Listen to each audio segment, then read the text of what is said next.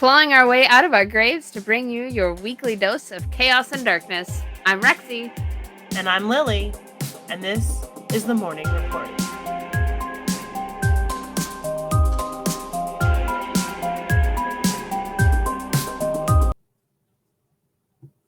Hey, Mourners. Hello, people. Hi, Lillie. Hi, darling. What you up to? I am not playing Yahtzee on my phone. I can tell you that right now. I'm not, I swear. I believe you. Speaking of that, before we get started with our stories, I want to tell you about the bug show. Did I tell you about that already? No, and it's been like weeks. Girl, it was an adventure. So the bug show's in Eureka Springs, right? So it's like 3.5-ish, 4 hours of a drive from here. It's not that bad. And the bug was in really good shape, so we took the bug. Like, we actually drove the bug to Eureka, and it was the longest it's gone ever. And we are like 25 minutes down the road, and we're in a construction, I don't know what to call it, but like a construction corridor where like they have one of those half wall medians on one side because they're working on the other side of the road. And in the middle of that, the roof rack breaks. And all of our stuff on top goes flying down the highway behind us. Luckily, nobody was immediately behind us, so we were able to pull off on the side of the road, run back.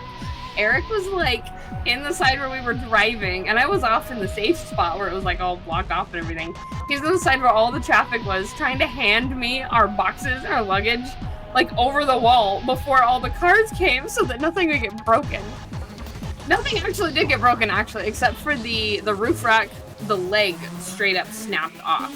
And then we found out, you couldn't tell from the outside, but like inside was rusted away, but the outside looked perfect. So the inside was weak, the outside you couldn't tell. We had a really good tote, and the lid did its job, kept everything safe. The lid broke, and the box of course got scuffed up, but our stuff is fine. It was all totally fine. So that takes a little while. A couple of the bug guys that we were driving with came back to check on us and like offered up space if we wanted to put the storage with them or whatever. We get back on the road. Maybe 20 minutes down the road, we get another call and we stop somewhere else because somebody else has broken down. We all our stuff went flying off the top. We had to cram it all into the car after that, which was very hard. Because we had packed planning on having the roof rack. So somebody else had hit a big pothole and it like totally bent his whole rim inside to like fix his tire. We finally, several hours later, made it to Eureka Springs. Oh my God. We get checked in everywhere. We're doing everything we're supposed to. We are in a parking lot, like where you check into all the stuff. And that's where we're like meeting people and, you know, walking around those vendors and everything, whatever. And we're probably in this parking lot for like 6 hours or something. And Eric goes to start it up so that we can go, because we were going to go to our tent site and set it up and everything in the daylight and then come back. And the car won't start. So he spends several hours in the parking lot of the car show. Luckily, there's bug guys everywhere, so lots of people to help, lots of people to offer advice. The swap meet was there, so he was able to buy some parts. So he fixed the bug in the parking lot. We get out to our campsite. By now it's pretty dark. It's probably like 10:30 or something by the time we get out there. We get to our campsite, and the email that I got like gave me a confirmation, but it didn't give me a site.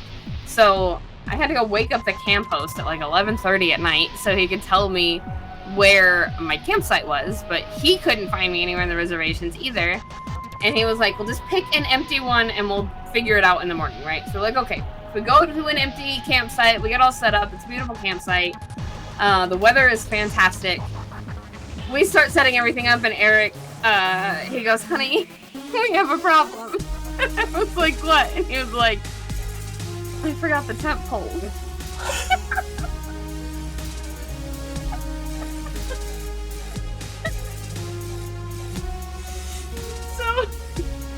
So we had had like an air mattress and because my back's fucked up. Like I can't sleep on just the ground. I have to have some kind of something.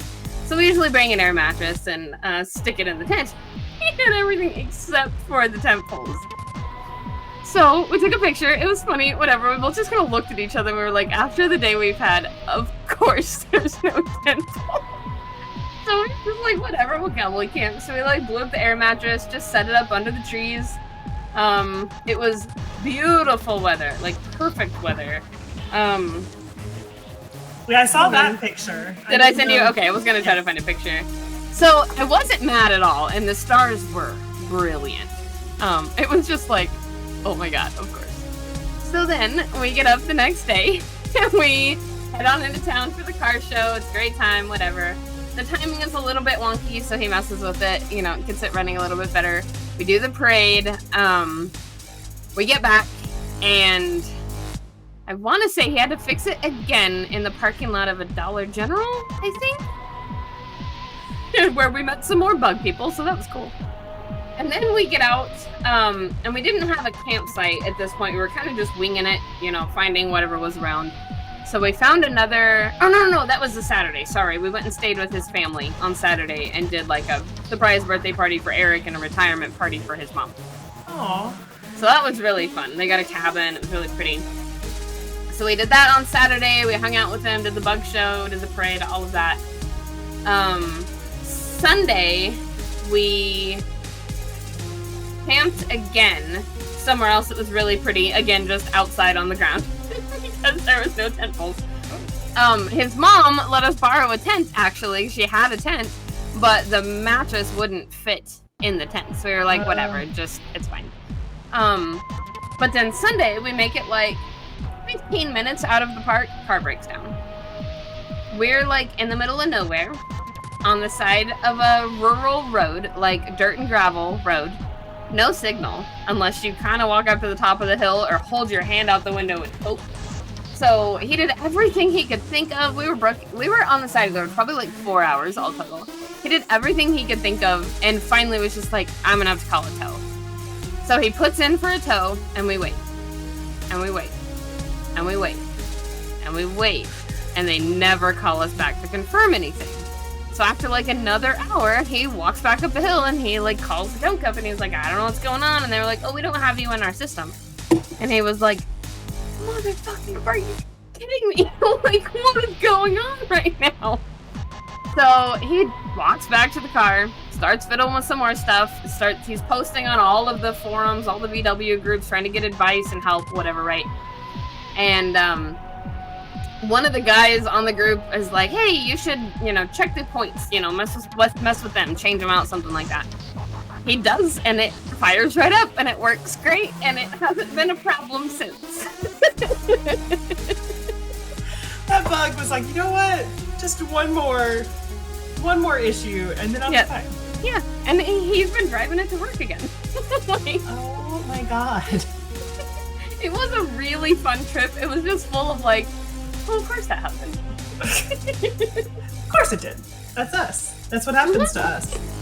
That's what happens. Oh my god, that's hysterical. So yep. Of course, it's a bug with no air conditioner in August, like 110-degree weather. We're just hanging out on the side of the road, hoping the car will eventually start. I love that for you. It was fun. It was really a lot of fun.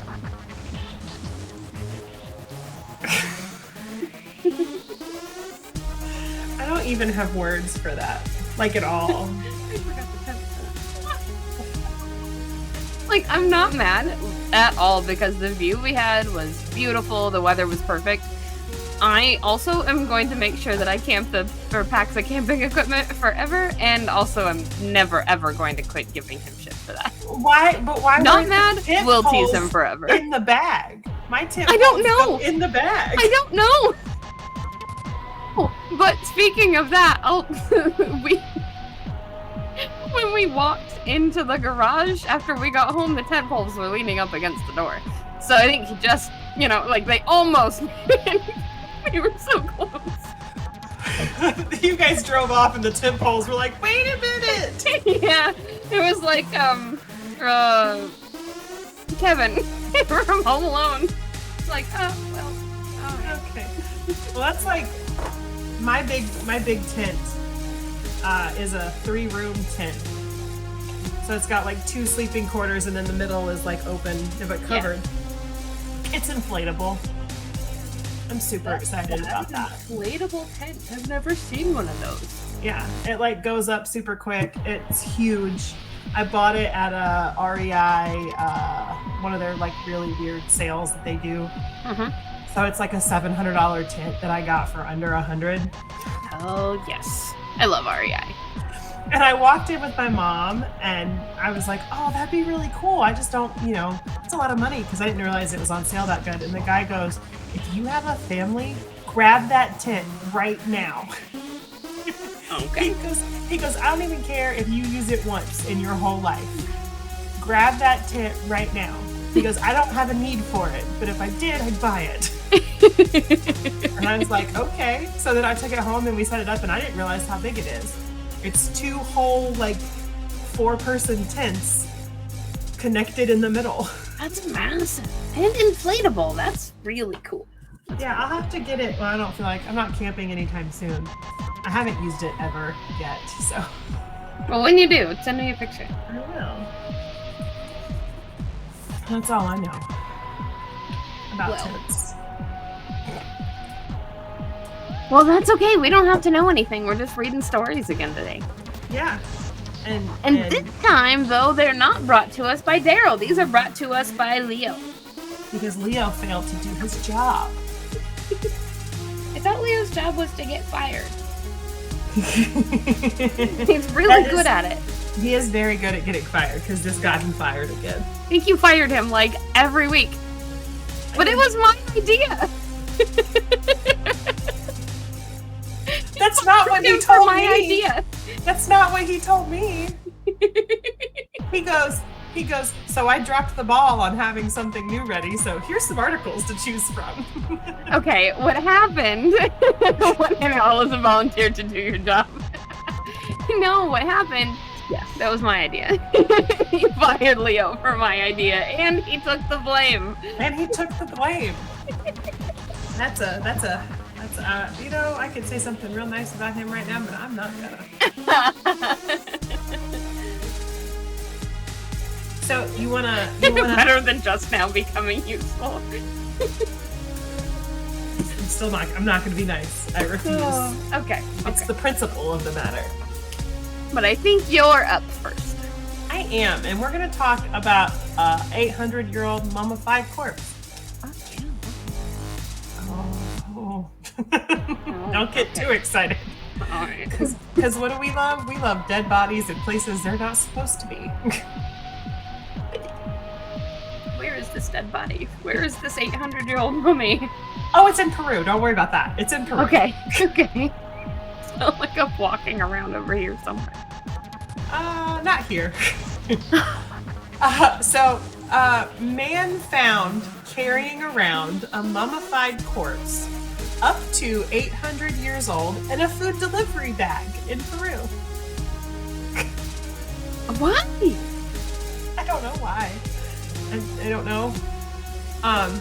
So this is from March of this year. And a mummified corpse up to 800 years old was found in a food delivery bag in Peru, authorities in the South American country have said. How'd he get it? Photos released by the Directorate of Culture in the southeastern city of Puno show a skeleton in the fetal position lying in a red bag with a reflective inner lining commonly used by food delivery companies.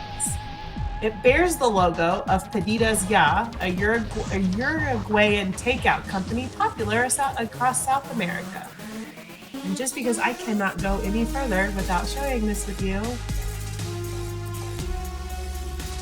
I want to know how we got it. What the fuck?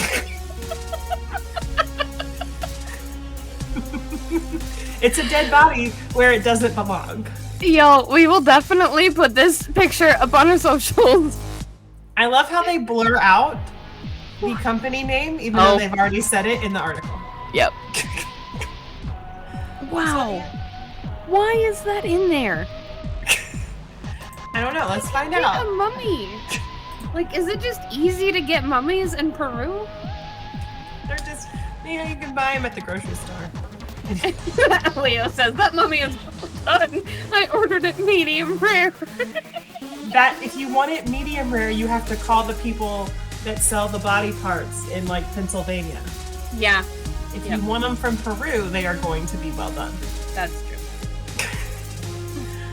So the directorate said in a statement Sunday that the body of an adult mummified male individual with a relative chronology of 600 to 800 years old was discovered during a joint operation with the Peru National Police. The body has become a property of the state under national heritage laws. Local media company published an interview with Julio Caesar, who said the body belonged to him. How? Why? Why do you get to own an 800-year-old mummy? We'll get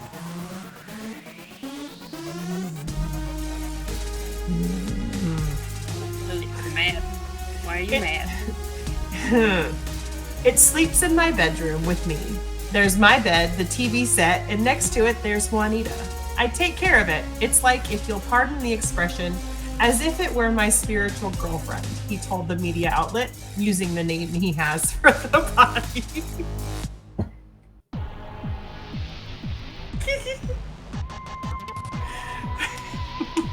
I broke them.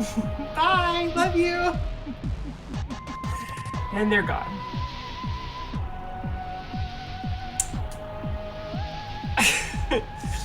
Oh, they're back! Yay! No. They're back. No.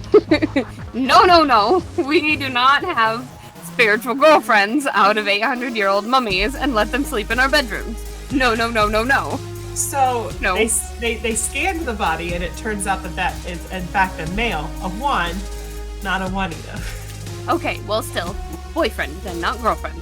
They friend, them friend, pet, Them friend. human, mummy, companion. Pet human? No, ma'am. We don't do this. Caesar had been taken into custody, the AFP news agency reported. The Peruvian newspaper, Diario Cajamarca, no, something. I suck at foreign languages. So the newspaper reported that the body was in the possession of Caesar's family and that he had taken it out to show his friends. I mean, if I had a mummy, I would take it out and show my friends. But why do you have a mummy? I have no idea. The Peruvian Culture Ministry urged people to assist in the defense and protection of our precious heritage, communicating to us any finding or attack on movable or immovable cultural heritage. So, I agree. Leave the mummies alone. oh wait, here. I got another picture. Another picture.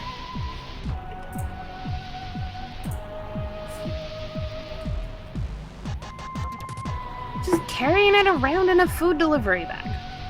Well, yeah. I mean, what else would you carry it around in? I guess they're insulated, right? They're insulated and strong. Yeah. So, he was at least being considerate. I cannot get past that. Why do you have it? I can't tell what's more weird. The fact that just he would have had it by himself, or the fact that this is like a family heirloom,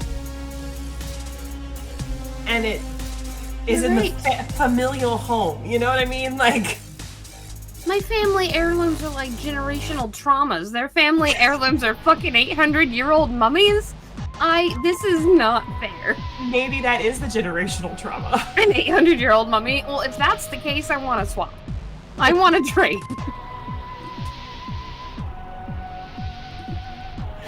I'd rather carry around a mummy than all this emotional baggage. Thank Yes. you. Emotional damage. So there you go. All right. You did a great job with that, Leo. Good job. Giggly giggly. All right, well, check this one out.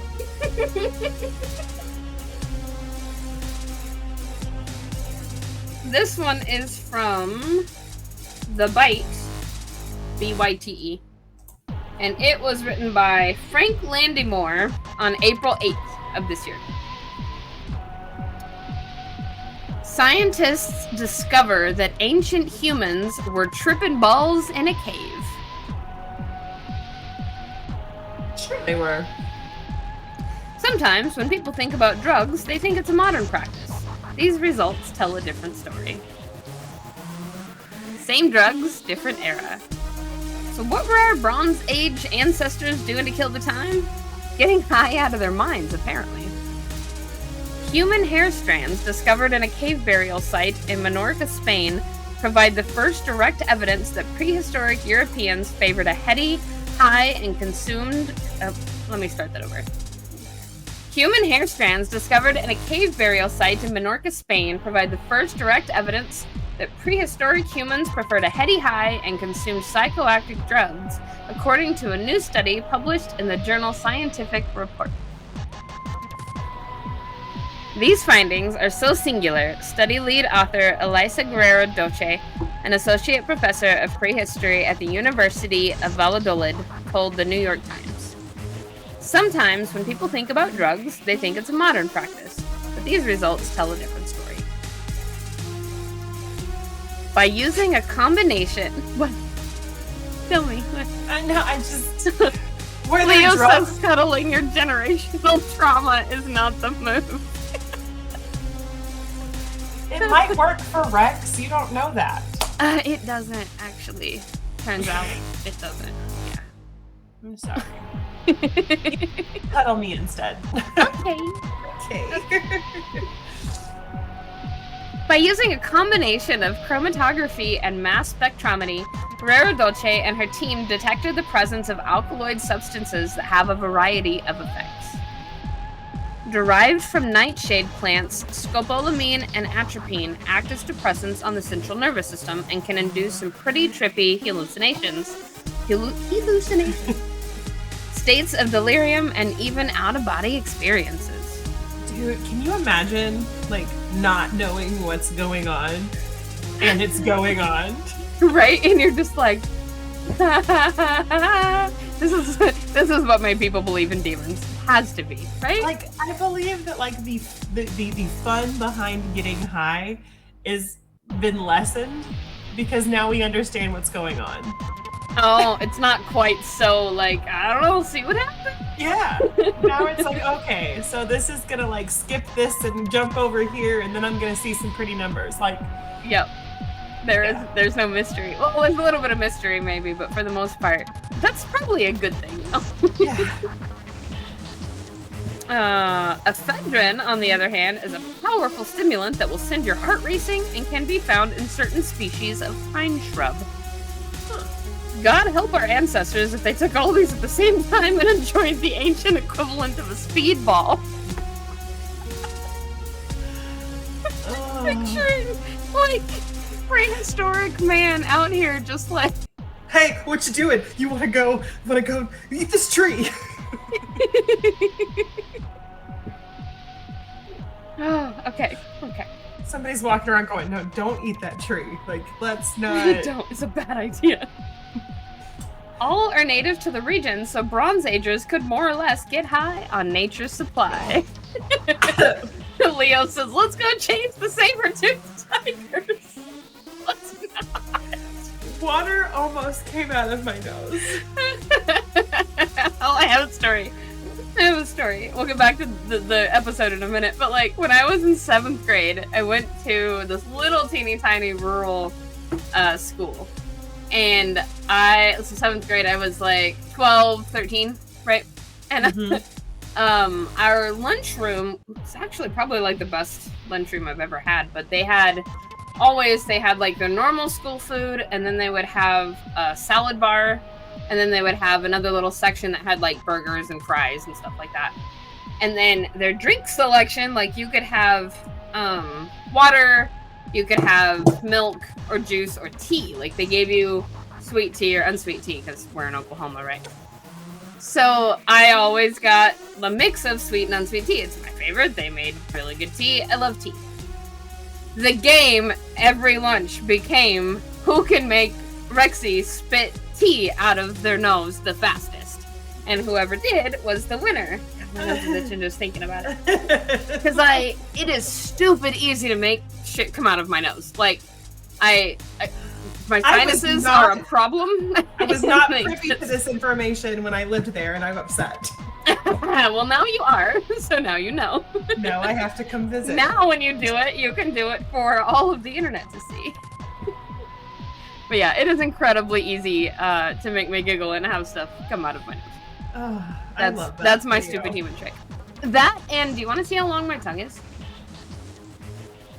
Yeah.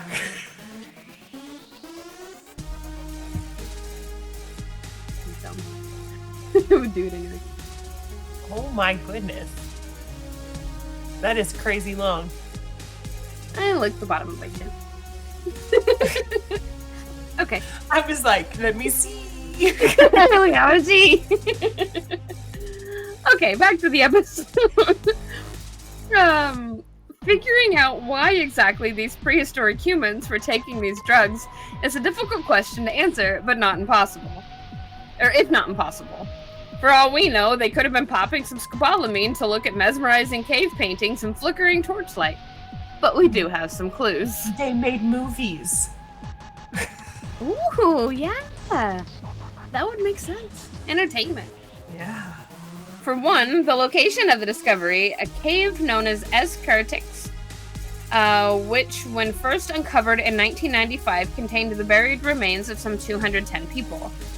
Alongside the remains, spelunking archaeologists noticed wooden and animal horn boxes decorated with trippy, spiraling circles that contained the drug-addled hares. These clues may suggest a ceremonial or ritual use for the drugs, according to Giorgio Samarini, an ethnobotanist who was not involved in the study.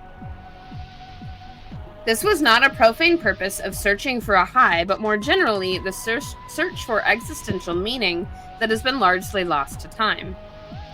Samarini maintains that these latest findings add to a growing body of evidence that the use of drugs was integral to ancient humans, and honestly, good for them.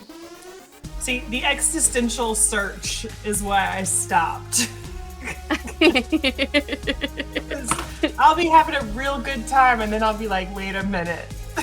That's fair. That's fair. And then I cry for days. Oh no, that's not good. So I just was like, you know what? I probably shouldn't do this anymore. For me. Yeah. That's hysterical. I love... Leo says Plato's The Cave turned into the rave. I love that. That is wonderful. Yep, that makes me really happy. Oh, and then here's just the headline for this one. Archaeologists discover 1,000-year-old egg. Accidentally break it. Oh. God, you gotta imagine how often that probably happens, like, in that line of work. And how devastating it is to just be like, Oh. there's nothing I can do about this. Like, this is just a thing that happens. That's gotta suck. All right. One more. Okay. This is from the New York Post, and this is from September, so a couple days ago. Cops burst into UK yoga class after students doing the corpse pose are mistaken for victims of mass killing.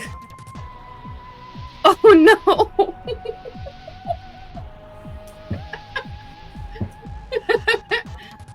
No, this actually helps me live. Yeah, this is making it better. Leave me alone. Okay.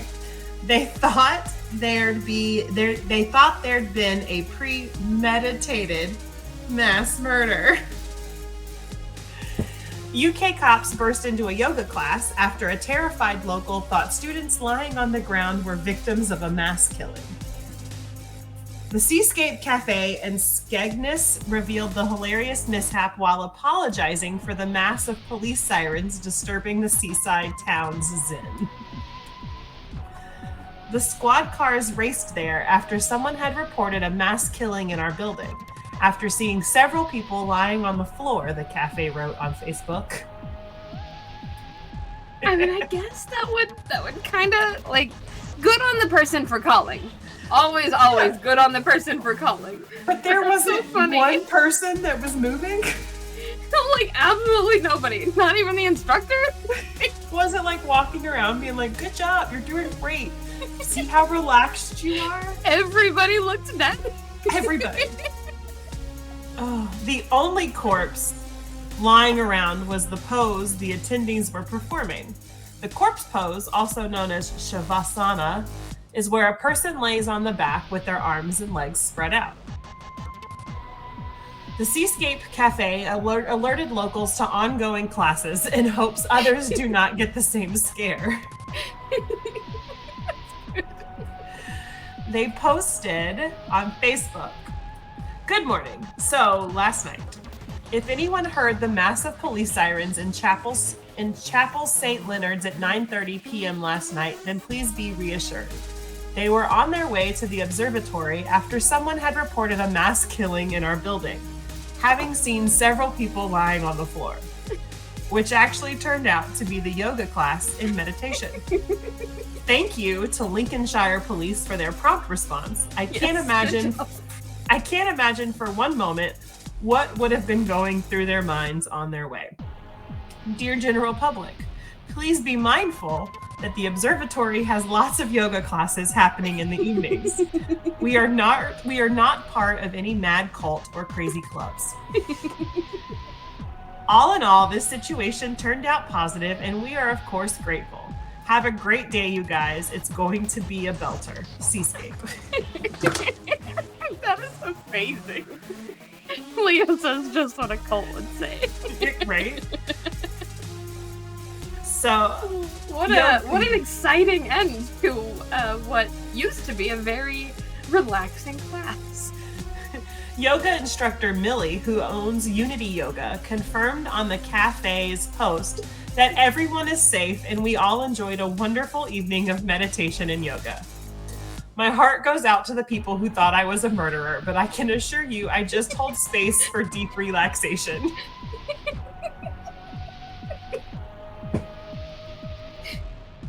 I love that. So, I'm really glad that whoever called, I'm really glad that they called, you know, and not just being like, not my problem. Yeah. Not doing that. Yeah. No, I'm just gonna ignore this pile of dead bodies.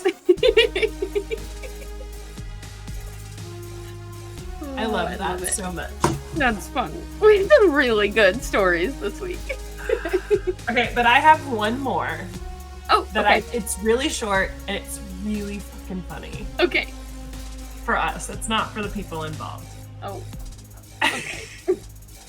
Okay. So, public proposal goes horribly awry.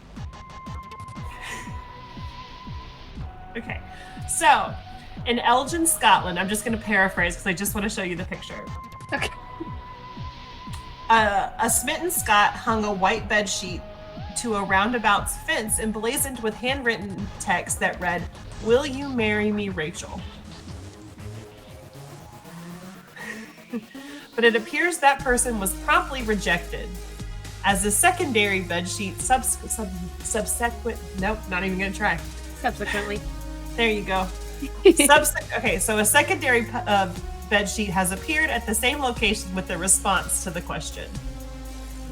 "No, you slept with my brother."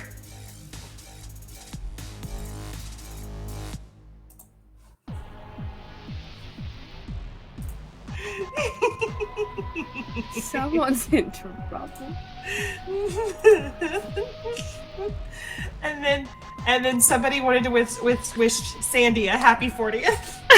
Happy 40th, Sandy. Oh my god, will you marry me, Rachel? No, you slept with my brother. Happy 40th, Sandy. The happy 40th, Sandy is my favorite part. I'm just like, I know what's going on over here, but look. I need to know, like, how did Rachel find out that her boyfriend girlfriend, significant other slept with her brother. Right? I need the most I information. do want more details. Yeah. I just needed to share that with you. Satan is happening over bed sheets, though. And I just love that there's like a neighborhood coming behind them.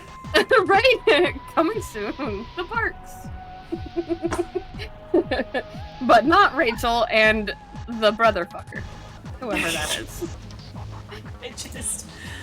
We need the tea spilled on these sheets. Yes, we do. Maybe another sheet will pop up with more information. So, okay, and there's two more. There's a whole cringeworthy series of men popping the question in an array of odd ways. A man dropped to one knee in a McDonald's, much to the dismay of his partner, and was brutally rejected in front of a gawking crowd. Another ill-fated ring pop proposal at a sporting event ended in embarrassment after the man was slapped across the face by a woman who appears to be his girlfriend. So there you go. Maybe if you're gonna do in some grand way, make sure that they're going to say yes before you do some grand public. The bed sheets, and don't sleep with their brother. And I just want to hear. I want to hear from Sandy. How did her birthday go? Right, happy 40th, Sandy. We hope you had a good birthday. Oh, I remember. I have a thing I want to read too. It doesn't have anything to do with this, but let me find it. Daryl posted this earlier, and I told him to remember that I wanted to read this on the episode tonight. Zookeeper problems. The Great Flamingo Uprising. I told this story to a few guildies a while back and decided to archive it in a longer format. So, here is the story of the Great Flamingo Uprising of 2010, as told to me by my favorite cousin, who was the keeper at this zoo at the time. In addition to the aviary jungle exhibit, our zoo has several species of birds that pretty much have the run of the place. They started with a small flock of flamingos and some free-range peacocks that I'm almost certain came from my old piano teacher's farm. She preferred them to chickens. At some point in time, they also acquired a pair of white swans, or as I call them, hellbirds, and some ornamental Asian duckies to decorate the pond next to the picnic area. Pigeons, crows, assorted ducks, and a large number of opportunistic Canada geese moved in on their own. Now, the ponds that dot the zoo property, I don't remember how many there are, but the one by the picnic area is the only one with swans, were also full of ginormous koi fish, some of whom by now are at least 3 feet long. 3 foot long fish, yeah. Sensing an opportunity to cash in on the koi, the zoo put up little vending machines all over the place that dispense handful of food pellets. I swear to God, the fish can hear the crank turning and will show up at the nearest railing, blooping expectantly at whoever happens to be standing there and doing their best to appear starving and desperate. And they weren't the only ones who learned to associate the sound with the imminent arrival of food. The Canada geese knew a good deal when they saw one and had long since ceased to migrate anyway. They formed roaming gangs of thug geese. Thug geese. And staked out their turf around the vending machines, ready to mug anyone with pocket change. Picture yourself as a small child squaring off with a bird fully prepared to strip search you while standing on your feet and yelling, "Wah!" in your face. It's traumatizing to you and deeply hilarious to your parents. Anyway. The You gonna be okay? I don't know how I'm gonna get through this.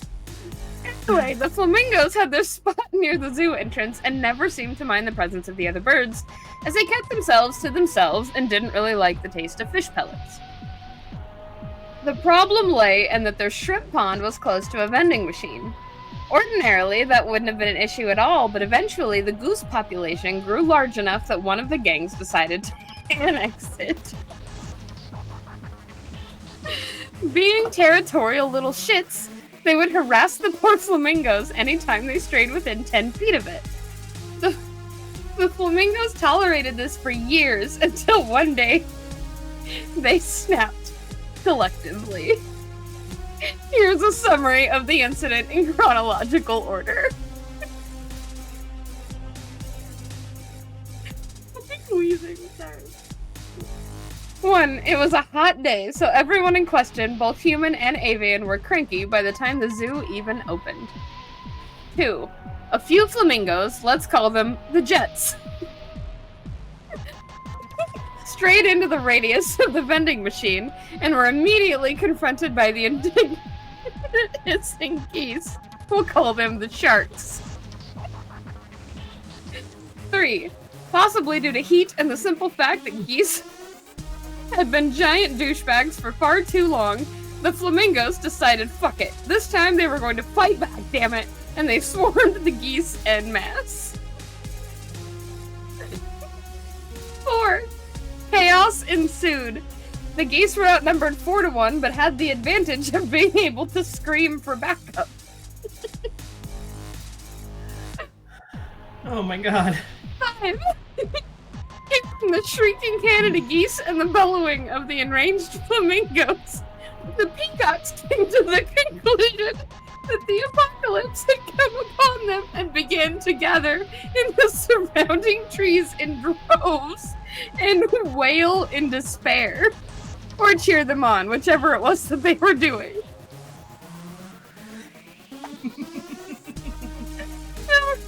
6. Noise. 7. One of the siege tactics employed by the geese is to shit explosively all over the sidewalks, never in the grass. 8. The geese, having secured reinforcements from all over the zoo, went berserk and proceeded to attack everybody who had come to watch, be they human or otherwise. Oh no. 9. The flamingos were chasing/being chased by the geese through the crowd, accompanied by cheers and wails from peacocks in the box seats.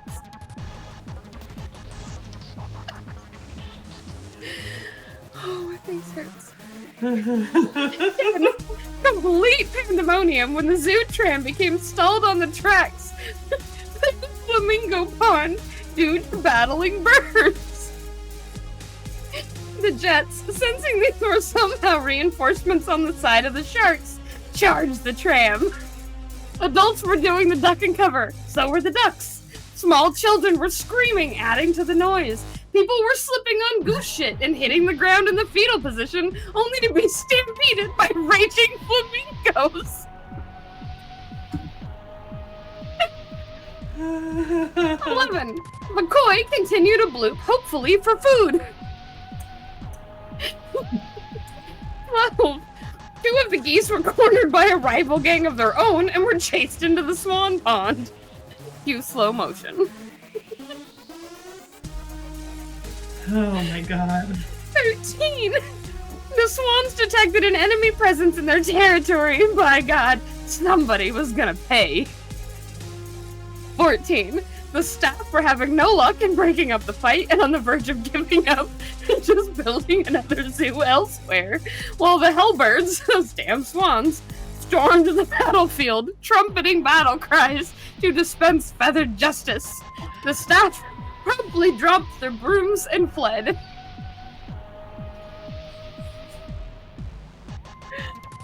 Oh god, my tummy hurts. 15. The uprising was squashed in less than 2 minutes. Number of casualties was unknown, feathers were flying everywhere, and there was enough goose shit to build another bird. One staff member had been knocked to the ground and was left with a melon-sized bruise, courtesy of one of the hellbirds. Several children were traumatized, probably for life, and the zoo eventually removed the vending machine by the flamingos. The geese went back to being giant goose bags. Giant goose bags. The geese went back to being giant douchebags because geese. And And that happened. Did it say what zoo that was? I don't remember. Oh, it doesn't tell me. It just says that it was at a zoo in 2010. The one that I pulled up, like the story that I pulled up, was that word for word, but it says addendum. Somehow my Aunt Dee got a hold of this story and posted a link along with the comment. This sounds exactly like our zoo. Oh. My zookeeping cousin replied, this was exactly our zoo.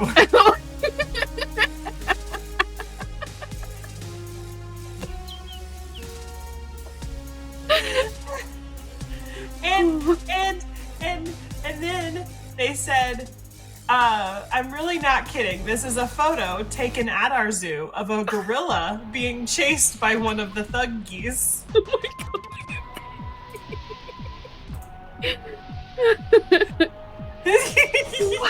Wow! Damn, they are not afraid of anything. That is a gorilla. And the ghost is just like, fuck off. Wow. Yeah. So there we go. I read it. I didn't read that entire thing. I read enough to know that it was going to be really good. And then I was like, I want to be surprised too. I was like, I need to read this on the episode. Oh my god.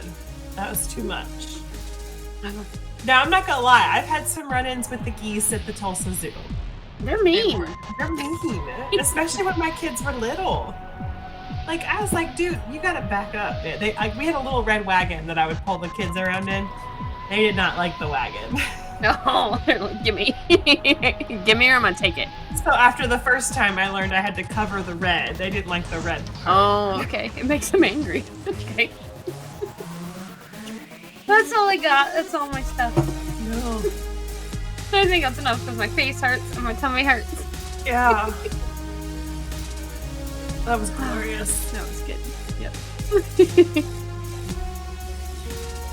So I think that's it. Oh, next time we record, I'll have Ren Fair stories for you. We're going to the Ren Fair this weekend.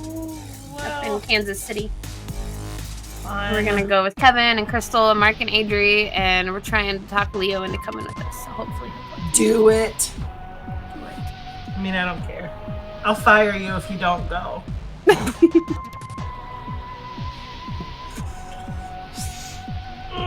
That is, if you have a job back by then. Probably will.